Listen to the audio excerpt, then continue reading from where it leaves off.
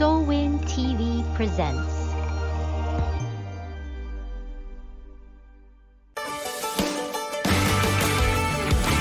Faith and Hope with Sweet Tea and Sass, encouraging couples to reconnect with God and with each other so they can live their happily ever after too. Hi everyone, welcome back to Sweet Tea and Sass, bringing you faith and hope.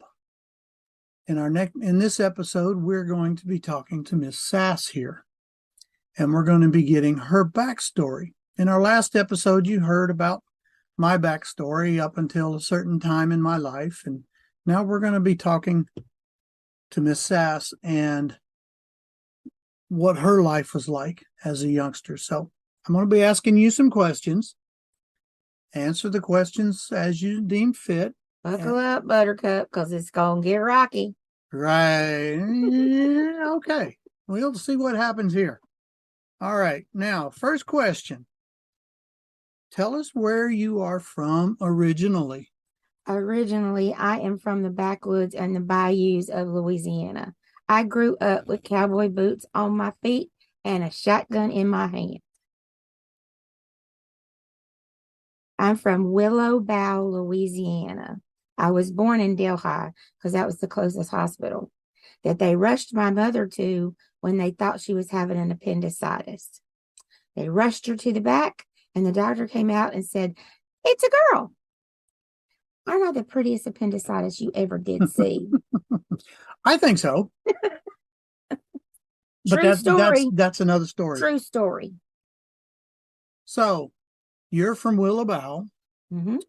which is on the Mississippi River. It's Close to the Mississippi River. Yeah, it's on some tributaries from the Mississippi River, but close-ish.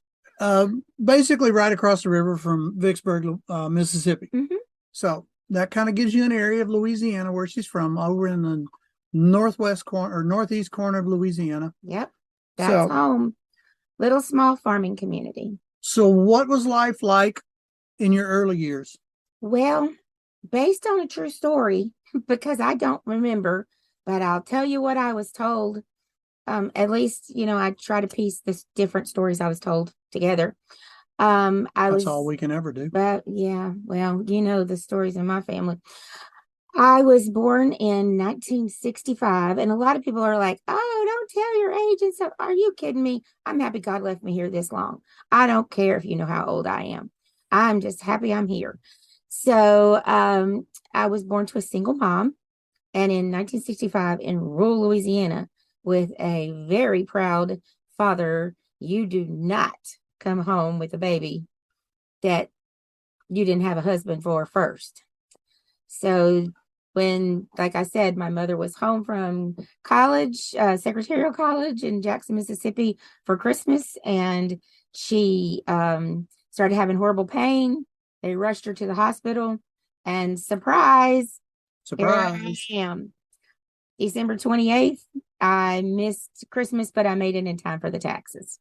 My grandfather immediately arranged for my adoption, and my grandmother and my mother began to pray for me to be able to stay with the family and not give me up for adoption. And God worked that out, and I was able to go home with them.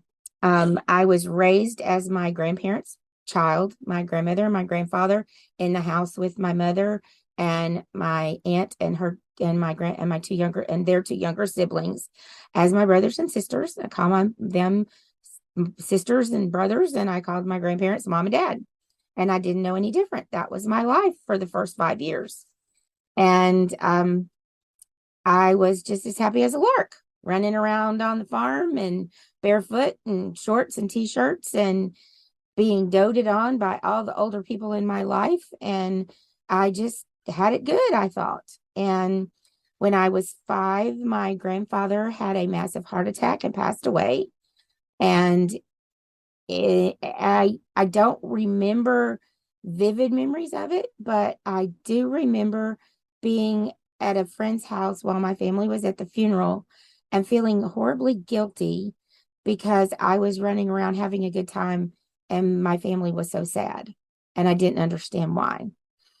And the next thing that happened was my biological mother ran off, eloped, and married a guy that she had met at work, and came back and took me across the state, and didn't really explain anything to me except for, I'm your mother, he's your father, and no more questions. That was rough. Yeah, well, that wasn't as rough as it got, but that was the beginning of rough. And so, different house, different people, different bed. I'd never even been out of the care of my grandmother. And then that was over the weekend. And the next Monday, my now mother, who was my sister up until then, took me to daycare and dropped me off and went to work. And I was in this big daycare in this big city that I didn't know anybody. And I just sat in the lunchroom at the tables and cried all day. And the sweet little ladies that would come out of the lunchroom, out of the lunch kitchen, and they'd sit beside me and they'd try to comfort me, and they'd say, it's going to be okay. And I'd say, I want my mama. And they'd say, oh, she'll be back in a little while. And they just didn't understand that I was talking about my grandma, who I called mom, and that I wasn't talking about my who they thought was my mother. But after a couple of weeks of crying, I settled down and decided to join in and toughen up and get on with life. And that's what I did. And but my desire was always to be back on the farm. I loved the farm. And when Sweet Tea said last week that he always wanted a hometown, well, the farm was my home. And that was my safe place. That was my grandmother was my rock. And that's where I wanted to be. So when I developed chickenpox that year, not long after being put in daycare, and my biological mother had to call my grandma and say, can you keep her because we can't take off work? My grandmother said, of course, because she couldn't wait to get me back, and I couldn't wait to go back. And I was happy as a clam back at home with chickenpox. And any other time that I can remember up until I was about 10 or 11, if I was sick or out of school or just an inconvenience, I would sit back to my grandmother's to stay so that they could work and do what they wanted to do, which was fine by me because that's where I wanted to be in the first place. And I get my sass straight from that woman, straight from my grandmother. That's true. And if I can be 1/10 of the woman she was, I have succeeded in this life. I think you've succeeded. Now, you've told us about your childhood and how rough it was. Tell us a little bit about your teen years. Oh, you want to skip that stuff in the middle, huh? No, you got to age 10, so we're rolling into your teen years. Well, do you need a tissue? No. Are you sure? I'm positive. Okay. Let me just tell you that there's a lot of more stuff in there that I don't really want to unpack on the podcast today. But I have a book out. It's called Beauty Rising from Brokenness: Journey Through Childhood Trauma and Chronic Illness and into Healing. And it's available on Amazon. If you want to get the rest of that backstory, that's where you can find that book. And you can also find it when I'm speaking. I always have copies of it with me at my table. So if you're interested, that's where it's at. Just a little, just consider that a little commercial in the middle there. That there's a lot more to that story in there. So my teen years. So I came out of my preteens pretty angry, pretty rebellious, very rebellious. Very. I had a half sister that was born when I was 9, and a half brother that was born when I was 13. And I started keeping them babysitting. I say babysitting, but if we were out of school, instead of being sent to my grandmother's, I was in charge of keeping them. So I was, I kept my brother when I was 13 years old.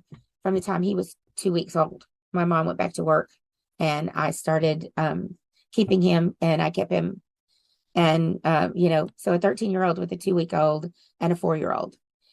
So I had to grow up fast, and I had to become a mom substitute at least, but pretty much a mom very young. And I missed out on a lot of my teen years. So on the weekends when they were home and off work, I was allowed to have the Free time? Free time. I was allowed to have the car on Friday and Saturday nights to go out with my friends. I had my license at 15. And because back in Louisiana in those days, you could have your license at 15. And so we had to clean house all day on Saturday. So we could go out on Friday night, clean house all day on Saturday, go out on Saturday night. So that was pretty much my routine. So as you might imagine, as an angry, rebellious teenager who was a mother 5 days a week and a housekeeper on Saturday, well, and the cook and the chief bottle washer during the week as well, I was sowing some wild oats from Friday and Saturday nights. Let me interject here. Even though she was a teen mom, well, substituting for her mom. Yeah, I wasn't my kid. Don't get that wrong. They weren't your kids, but she was still holding a 4.0 in high school in all of her classes. So this just goes to show how hardworking and dedicated she is to what she wants. Oh, and stop. Where she wants to go. Oh, stop. So, yeah, where did I want to go? I wanted out. So that's another story. Anyway. I wanted out, and I was looking for my way out. I wanted out. So, yes, I did have good grades in school because I excelled in school. And I love people. I love learning. I still love learning. I enroll in classes all the time. All the time. I'm always in class. She's always in. He knows because he pays for them, but whatever. She's always doing something, learning something. Which is fine. I like to learn, and I've always liked to learn. I loved school. I loved school because of the people. I loved my teachers. I very rarely had a teacher that I didn't like or that didn't like me, and I excelled in school, and I still excel in classes. So I loved it. Was somewhere I could go that I could get the positive reinforcement that I needed, and that I could prove myself for who I was outside of having to be somebody's sister or somebody's chief cook and bottle washer. True. So I spent most of my teen years raising my brother and sister when my mother and stepdad were at work, avoiding my stepdad's fits of anger and physical abusive tendencies if he flew off the handle. And there was no way to avoid the verbal and emotional abuse, except for to shut myself in my room, which I did often. And unlike Sweet Tea, I loved my books. I loved studying. So if I wasn't studying something, I was reading something and tried to stay in my room and out of the chaos as much as possible because it was constant chaos. And then chaos is a kind is a kind word to describe the household. Which now you understand why I'm the way I am. And so on Friday and Saturday nights, I was looking to escape. So I was trying whatever it took to get out and escape. Drugs, alcohol, running around. I didn't do too much running around with boys because I knew the circumstances of my birth, and I refused to do that to myself or to another child, because the fact of not having a father, not having my biological father in my life, and not even knowing his name, because my mother would not even tell me his name. And anytime that I would ask a question about him, who he was, what he did, where he was, where she met him, anything, I just wanted any tidbit of information about him. She wouldn't tell me anything. She would just fly off the handle and just go absolutely crazy. So I just got to a point I quit asking. And she told me one time when I was 18, if I still wanted to know, she would tell me. But that was a lie because she didn't, because I still wanted to know. And I think that would be anybody's human nature to want to know. But so I knew the circumstances that would put me in that situation and my child in that situation, and I wasn't going there. So I just didn't. But I did do some serious drinking and some serious marijuana and some serious driving in the car and I tell you what, the reason, and I know this for a fact, the reason I sit in this chair today alive and well is because of a praying grandmother.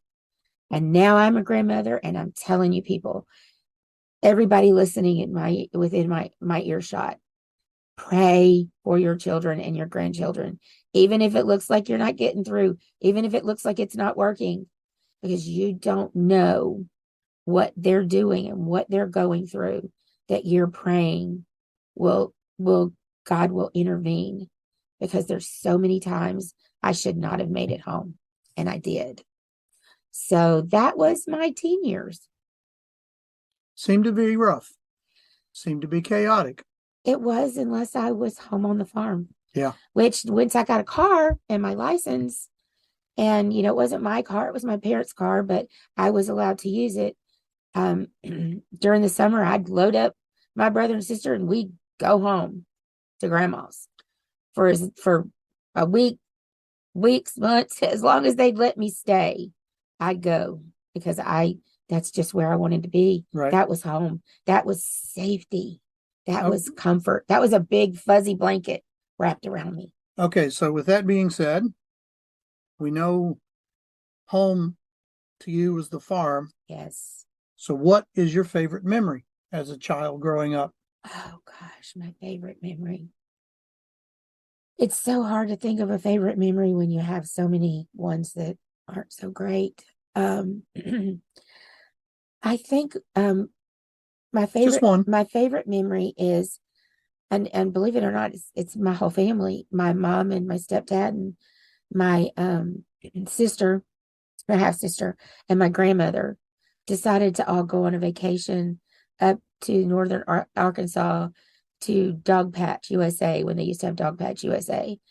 And we all took a car trip up there, which would seem like it would be a nightmare. But my stepfather was pretty much on good behavior when my grandma was around. And I had so much fun with her. Key point. When grandma's around, you behave. When grandma's around, you be on your best behavior. At least my grandma. My grandma, she was the sweetest she could be, but she could put the fear of God in you too. So I'll vouch for that.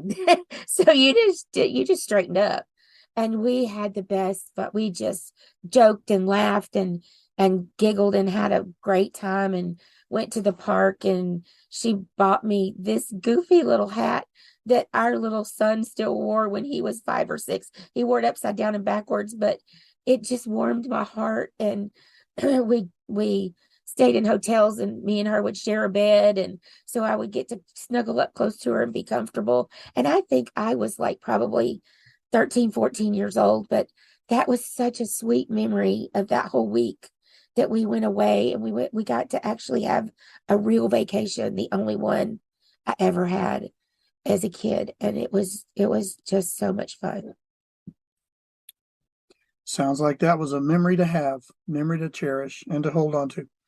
So what is your least favorite memory growing up? And I know there's a bunch of them that you've tried to hide and bury down deep. I hid them pretty well for a long time. Yeah, you did. It's that beach ball that you hold under the water. Yeah, I know. And you hold it, and you don't let anybody see it. And just- then one day you get tired and it pops to the surface. Just give me one without maybe going into so many details. I am into details. I know you're into details. And I know you're a guy, you're NID, not into details. True. Least favorite memory would be when we lived in Atlanta, Georgia. My stepdad got a job in Atlanta, Georgia, when I was about 9, 10 years old. My half sister was born there, and my stepbrothers moved in, And there was all kinds of fighting and screaming and almost to the point of physical fights between him and my stepbrothers. I think there probably were some physical fights between them. There was abuse that took place between them and me. And it was just a very chaotic time. And I was way far away from home. That was the worst part. Grandma was just a couple hours. She wasn't. She wasn't a couple hours away. So I couldn't run to safety. And I felt so far away and so alone. How long were y'all in Atlanta? Probably around a year. Not very much, not very long. But in the life of a child, a year is a long time.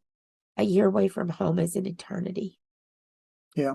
And like I stated in my episode or my session last week was I didn't have home. I mean, mom and dad were there, but, I didn't have a hometown. So I don't know whether that's better or worse. A whole life away from home because you don't know what you're missing. Or a year away from home when you know what you're missing. Right. So I think knowing what you're missing is worse. I think so too. So that is this week's episode for Faith and Hope with Sweet Tea and Sass. Let me give you a little tip. It gets better from here. It gets interesting from here. Oh, it gets really interesting from here, but it gets better. So this is just some background from myself last episode and from her this episode. And we just want you to know a little bit about who we are and where we come from and what drives this train down the track. And that we took my mess and my mess. Actually, God took my mess and his mess. Yes. And he put us together. And we had one big mess.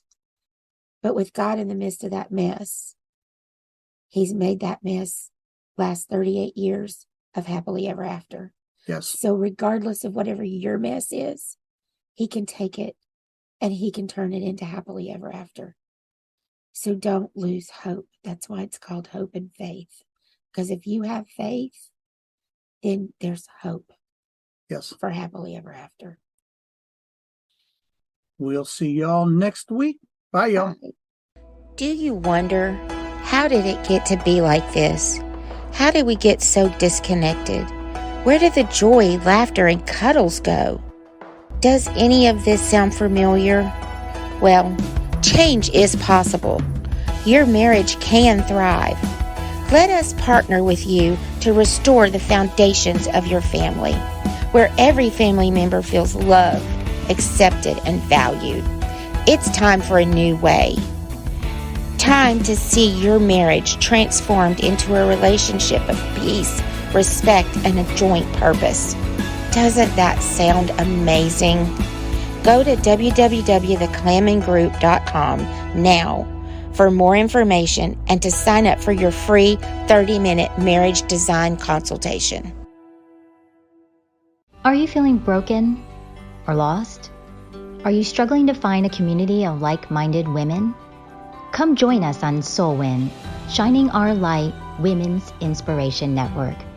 SOLWIN women have come out victoriously from their dark places and now use their God-given gifts to shine their light to the whole world. Get your free 30-day trial today.